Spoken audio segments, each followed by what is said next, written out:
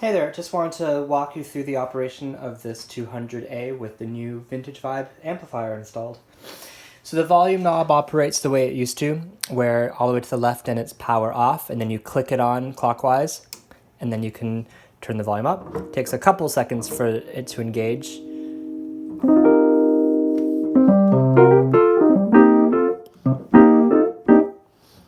So that's as before. Now the vibrato knob is, you actually got a new knob because it's got an outer knob and an inner knob.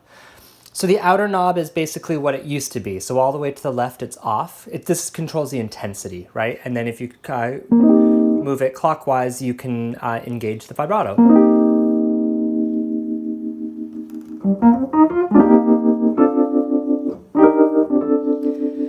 The inner knob, when you push it like this to click it on, it engages a variable rate tremolo.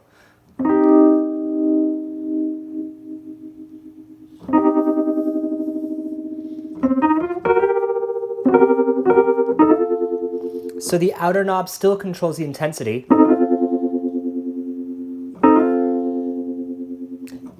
and the inner knob controls the speed.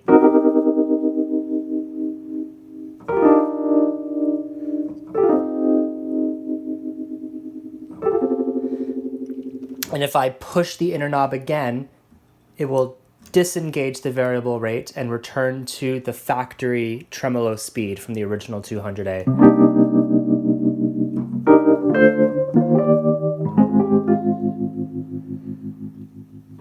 So yeah, you've got the outer knob, which always does the intensity, and then the inner knob, which you can engage by pressing it, and then disengage by pressing it again.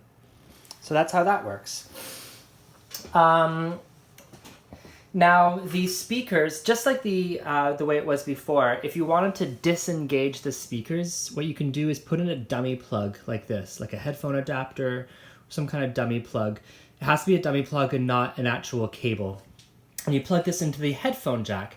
So underneath the left here, right on the bottom, that's where the headphone output, which is the one closest to you, the player, and the aux output further away from you, that's where those are. So if you put this dummy plug into the aux output, or sorry, the headphone output, right there, switches the speakers off. So if you're recording, if you're taking it out of the aux out and you want to disengage the speakers, you can plug in that dummy jack to disengage them. All right, but I want to show you a couple things on the board itself. And to do this, we're going to have to open this up. So to open up the lid, what you want to first do is there are normally 3 of these screws, and they come up the bottom. So one right here, where my finger is, if you can see that in the frame. There's another one that would normally be, where is it? Right here. And then another one that would normally be on the upper edge. Now, you didn't have the original screws. There were a couple of these similar replacements, but they're shorter. And so unfortunately, they actually weren't gripping. The hole on the left at that sort of depth is completely stripped, and the one on the right is almost completely stripped. So I'm giving you an original one, and this will go in the center and it will hold it together. So in any case, 1 or 2 or 3 of these screws, you have to unscrew them down from the bottom first, okay? So I've already removed those. Then you wanna, well, obviously make sure the power is turned off. So just be aware that the capacitors inside this can hold a lot of voltage. The modern ones, I imagine, are a little bit safer, but they still carry a ton of voltage. So just, with stuff like this, always make sure it's powered off and that if you're not sure about it, don't touch it. But in any case, now that it's off and the screws are removed, next step is to just pop off these knobs. That's 1. That's 2. And we're just going to open the lid. Just ease it up off the bottom edge. It's definitely snug. Now, once you get it to this point, see how this vibrato knob, it's actually catching here in the nameplate. So remember, it's a push knob, right? So you can just kind of push it in gently and then also just guide the nameplate up and over. And now with my bottom finger, I'm still kind of pulling forward on that bottom panel to make sure it's clear from the knobs and not pulling the knobs up, right? Okay. Oh, and it's just catching on something on this side. There we go. Okay. So also when you're opening it, you just want to be careful that you're not putting too much strain. Let's see if I can get these in the frame on these cables here. So I have put some tape here to add some strain relief, but just be mindful that these go to the speakers. And so when you open it, the speakers, of course, in the lid as they are, go back. Okay, so now that we're open, let me just show you those two things I wanted to show you. Oopsie. Okay. All right, so here's the new amplifier board.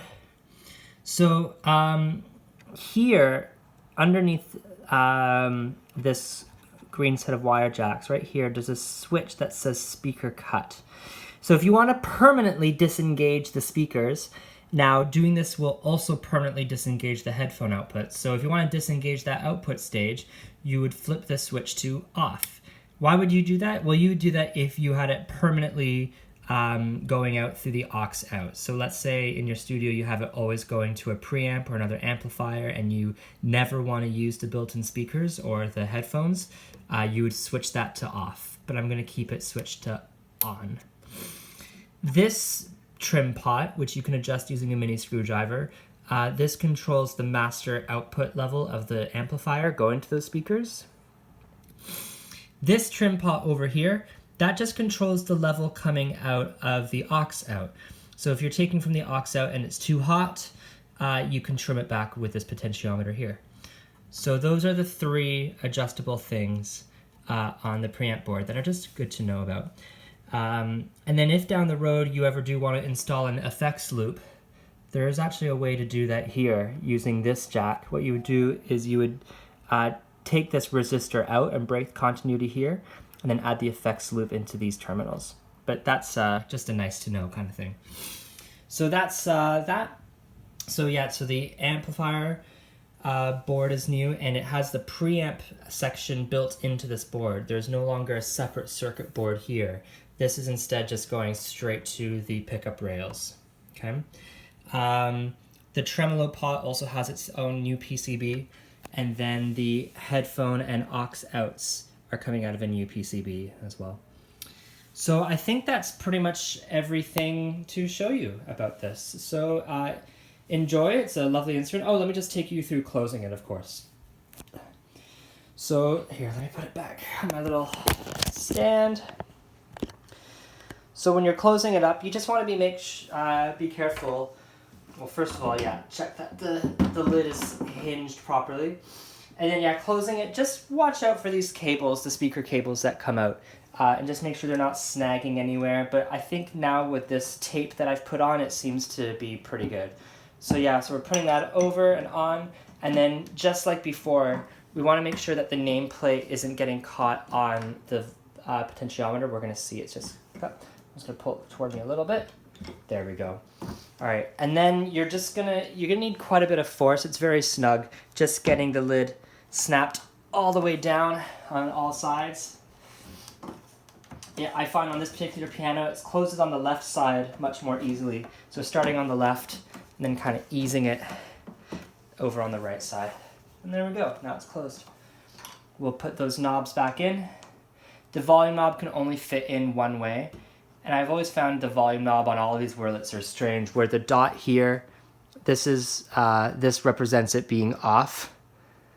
And then it goes all the way around to, from what I would call, the 10 o'clock position, and then over to the 8 o'clock position, which is always strange.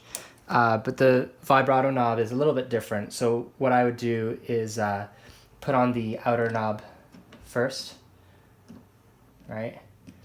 And then the inner knob popped out, right? And then you're gonna find the slot for the inner knob, and then push that in. And there we go.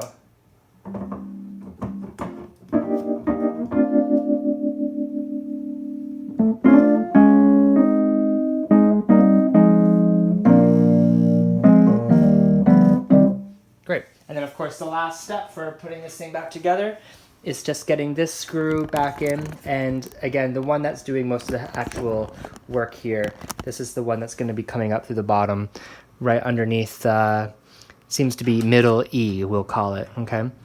So again, there are 3 places for these screws to go, but this is the one that is the only one that's actually engaging. All right, there you go. That's everything you need to know. This is a really fun instrument to play. So yeah, enjoy.